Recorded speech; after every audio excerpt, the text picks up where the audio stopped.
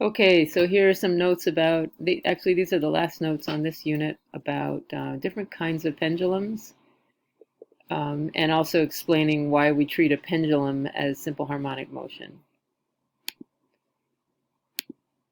Okay, so simple harmonic motion is anything that can be described by an equation of this form: F equals negative kx, where F is this restoring force, and there's a linear relationship between the displacement and the restoring force.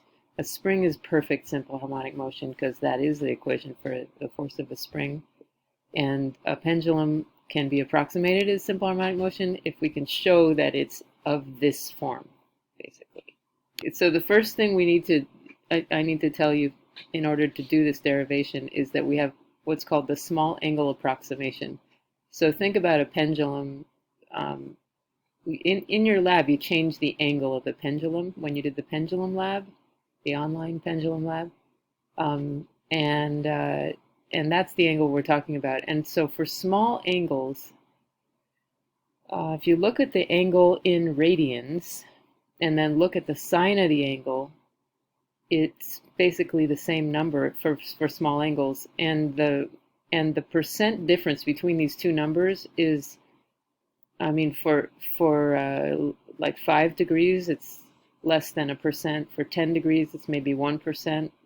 And when you get up to maybe 20 degrees, you're talking about a 2% difference or something like that. But it's really still really close. And so what we say is that anything less than maybe 20, 25 degrees is, depending on the accuracy you want, is if for all intents and purposes the sine of the angle is equal to the angle, and also the cosine of the angle is about equal to 1. And you can also see this if you do a sine curve, sine curve. At the beginning of the curve, it's basically linear.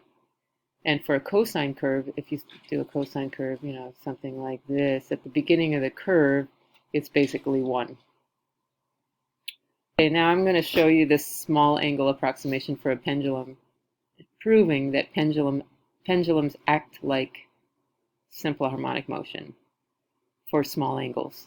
And the way we're going to do that is get the restoring force as a function of displacement, x, make a small angle approximation. We're going to get it into the form F equals kx, where k, whatever k is the effective force constant. Like we did kind of in the last lesson, there were some effective force constants for series and parallel springs. And then we're going to substitute it into the general equation for period to get the period of the pendulum. Okay, so here's the small angle approximation. And we're talking about a pendulum. Here's a pendulum with a bob on the end. And there's a restoring force, which is gravity, that pulls it back towards the center, towards the equilibrium. Equilibrium would be here in the center. So that restoring force is gravity. It's a component of the weight of the bob on this pendulum. And so that restoring force is mg sine theta. And okay, so here's the small angle approximation. Um, well, first of all, remember that arc length over radius is the theta in radians. So there's the conversion between, we want to go from theta, which we had in this previous equation, to x. So we're going to use that. In this case, the radius is the length of the pendulum, so we're going to use L. And then we're going to make the small angle approximation where sine theta is basically equal to theta. And when we substitute that in this equation here,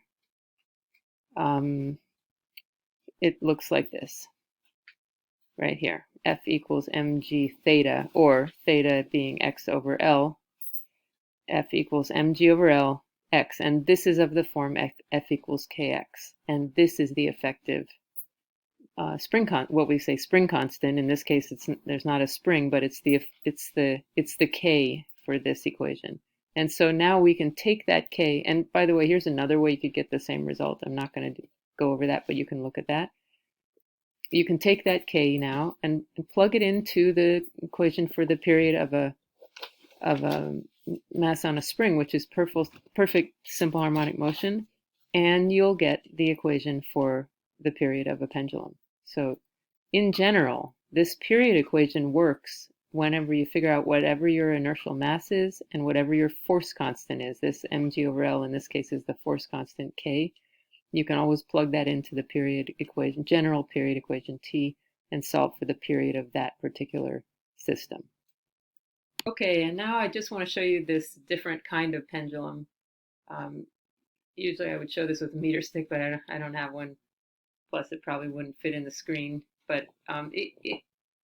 normally we've looked at pendulums that are a string and a mass, and the string is, for our purposes, weightless.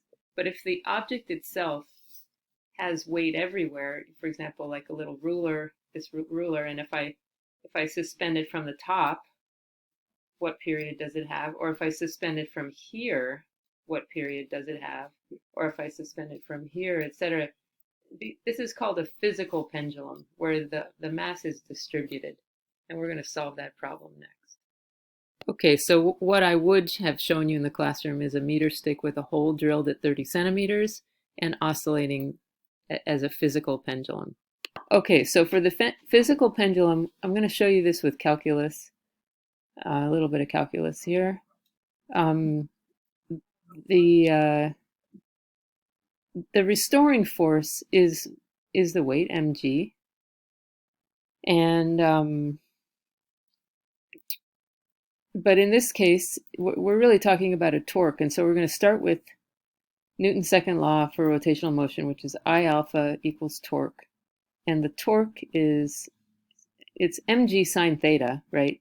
Just like it was in the last pendulum, but it times h for the lever arm. And then we're going to make a little substitution. Instead of alpha, it's going to be second derivative of position. And so then we have this equation, looks like this. And that's where the calculus comes in, because what is the function theta whose second derivative is itself, or the negative of itself? And there's only one function, or, well, sine would also work, but we're going to put in a cosine function right now. And that's the only type of function that works, because if you take the first derivative, you get back, of a cosine, you get a sine, negative sine, and then if you take another derivative of the sine, you get back the cosine again, so then you have a negative cosine with this omega. So the second derivative gives you negative omega squared cosine of omega t. So that tells us that theta is cos of omega t, and omega in this case then is the square root of mgh over I. And then we can use what we know about the period, which is that it's 2 pi over the angular frequency, and solve for the period. Sorry, my dog is barking. Okay, and one thing I need to mention about this I is that this is the rotational inertia of the object rotated around this new pivot point that is not the center of mass. So just to remind you, the parallel axis theorem. Okay, so the parallel axis theorem, as you know, you have to take the rotational inertia around the center of mass and then add mh squared to get the actual rotational inertia, and it's the same for these physical pendulum problems. Okay, so the last kind of pendulum I want to mention is what's called a torsional or torsion pendulum, and I'll show you a little demonstration of that. Okay, so I made a little model of some torsion pendulums out of tape. This is just regular masking tape, okay? And this is too, but I cut it in half to make it narrower. Okay, so take a look at this one. It has a clothespin taped on the bottom. This one also has a clothespin taped on the bottom. But I want you to see the period of these two things. So this one I'm going to twist it 1, 2, 3 twists, and then get started. Ready, set, go. So the period is something like 1, 2, 1, 2, 1, 2, something like that. Now watch this one. I'm going to twist it again. 1, 2, 3 twists. Ready, set, go. 2, 1, 2. Sorry, Pip. So the period is much longer on the one with the narrower wire. Okay, now I've replaced the one with the narrower tape. So now these both now have the same width of tape. This is the one, sorry, this one I already showed you. Uh-oh, and this one lost its ruler. This one has a ruler taped on the bottom, which makes it heavier and distributes the mass differently. So, let me show you this one. So here we have, again, okay, let me show you this. So here's the clothespin. 1, 2, 3, twisting. And the period is about 1, 1, 1, 1, something like that. And then here's the ruler. Much slower period because of the way that the mass is distributed. I can get it started in there. But you can see how long it takes to get around to one side. Now it's going back to the other side. Okay. So what I wanted you to think about from that demonstration, which might have been hard to see, and you can try it at home with your own masking tape and rulers or whatever, but when you have more mass at the bottom, or actually more rotational inertia is what we're really talking about here, right? Like more mass distributed farther out, that's going to slow it down and that's going to increase the period. And so when you look at the equation for a torsional pendulum, you can see that the rotational inertia is in the numerator because it has a positive correlation with the period, right? The other thing I want you to see is that when the wire, which in this case I use tape, but you could think about wider tape as stiffer wire, like it's just going to be harder to twist if it has wider tape or if it has stiffer wire. And so the wire has what's called it has a K constant, like a spring constant, but there's a wire constant depending on the stiffness of it.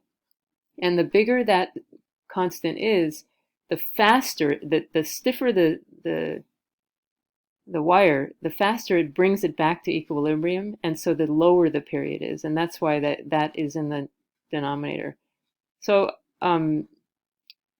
so just in general, you could say that restoring torque is equal to, some constant times the displacement, and the period is 2 pi square root over the inertial mass of the inertial mass over the force constant.